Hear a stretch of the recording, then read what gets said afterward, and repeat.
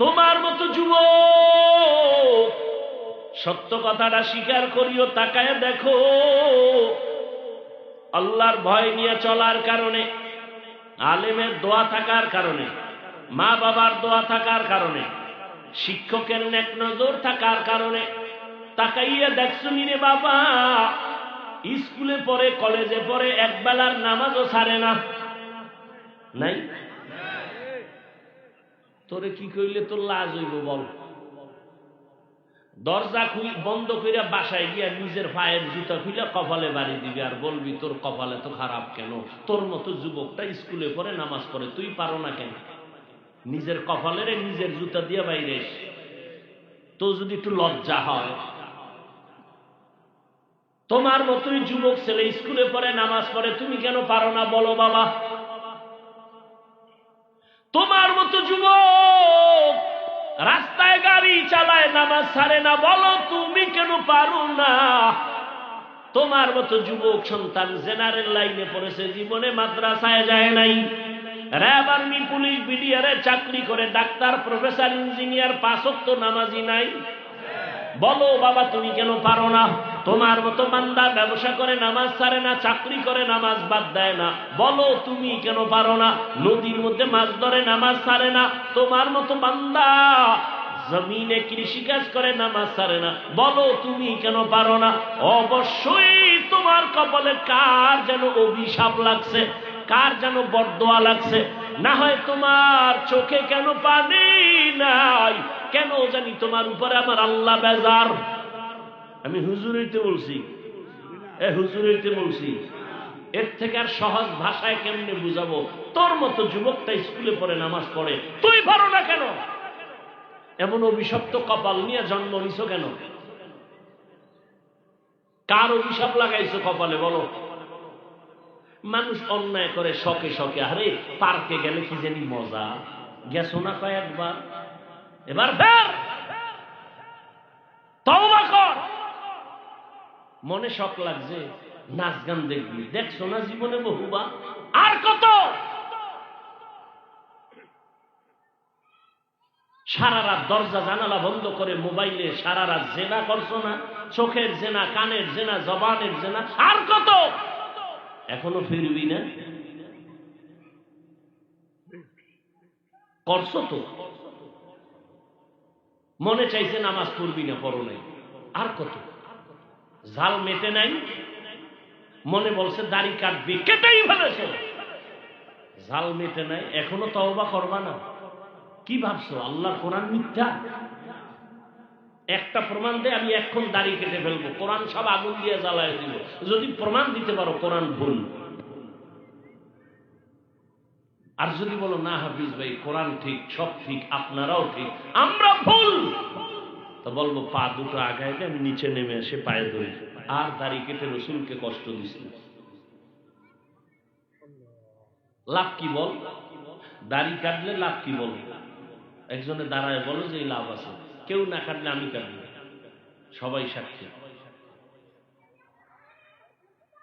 কি লাভ? আচ্ছা কার পিছনে পইরা নামাজ ছাড়ছো, কি পাওয়ার আশায়? তবে লিখে রাখ, বলতে তো পারবি না, সেই শক্তি অন্তরে নেই। যাদের পিছনে ঘুরে ঘুরে নামাজ ছাড়ছো, ওরা কারা জানো? ওরা তোর জীবনের দুশ্মন, তোরে আলাদা মারার জন্য কোনো দুশ্মন লাগবে না, তুই যার পিছে ঘুরো সেই তোরে ছুরি ধারাচ্ছে তোরে জবাই করার জন্য, রেডি থাক। স্বার্থে আঘাত লাগলে দল থেকে নাম কাটবে না, ওই চান্দাবাজার ধান্দাবাজের বাচ্চারা তোর কল্লা কেটে ফেলবে, রেডি থাক। ওরা চান্দাবাজার ধান্দাবাজ, ওর পিছে ঘুরে নামাজ ছাড়ছো, স্বার্থে আঘাত লাগলে দল থেকে নাম কাটবে না, সোনার বাংলার রাজনীতি কল্লা কেটে দেয়, আলাদা কোনো দুশ্মন লাগবে না।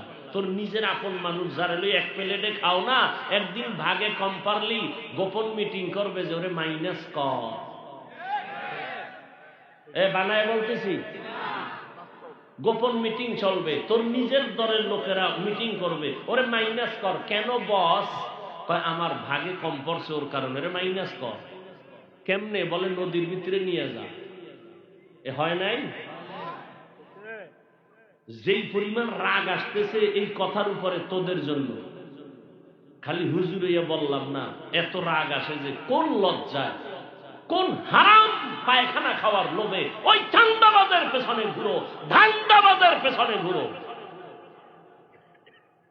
দেশটাকে ধ্বংস করে ফেলেছে এই চান্দাবাজ আর ধান্দাবাজেরা।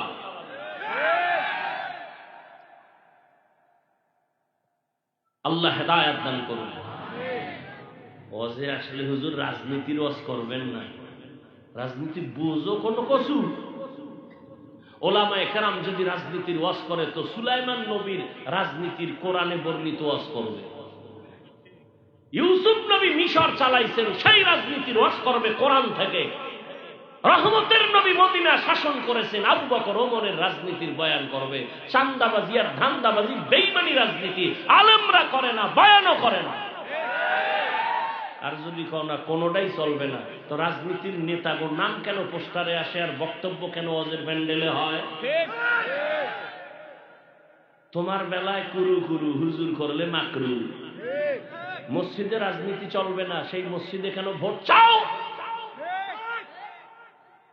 আর কবে সোজা হবা? এই চান্দাবাজি ধান্দাবাজির থেকে কবে পরিত্রাণ পাবা?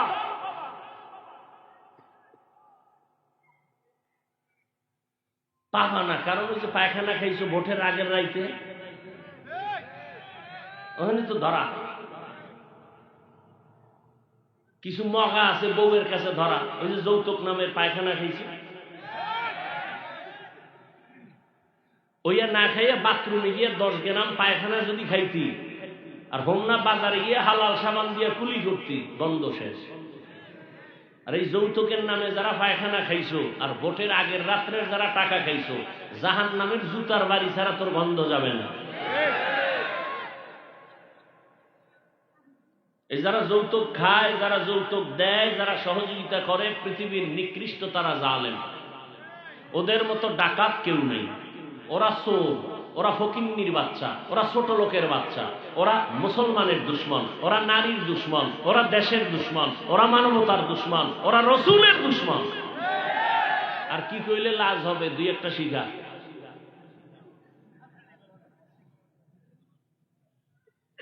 এক যুবক কয় তওবা করছি খামু না, কিন্তু আব্বাই তো মান্নত করে ফেলাইছে, ওই পায়খানা খাইবেই।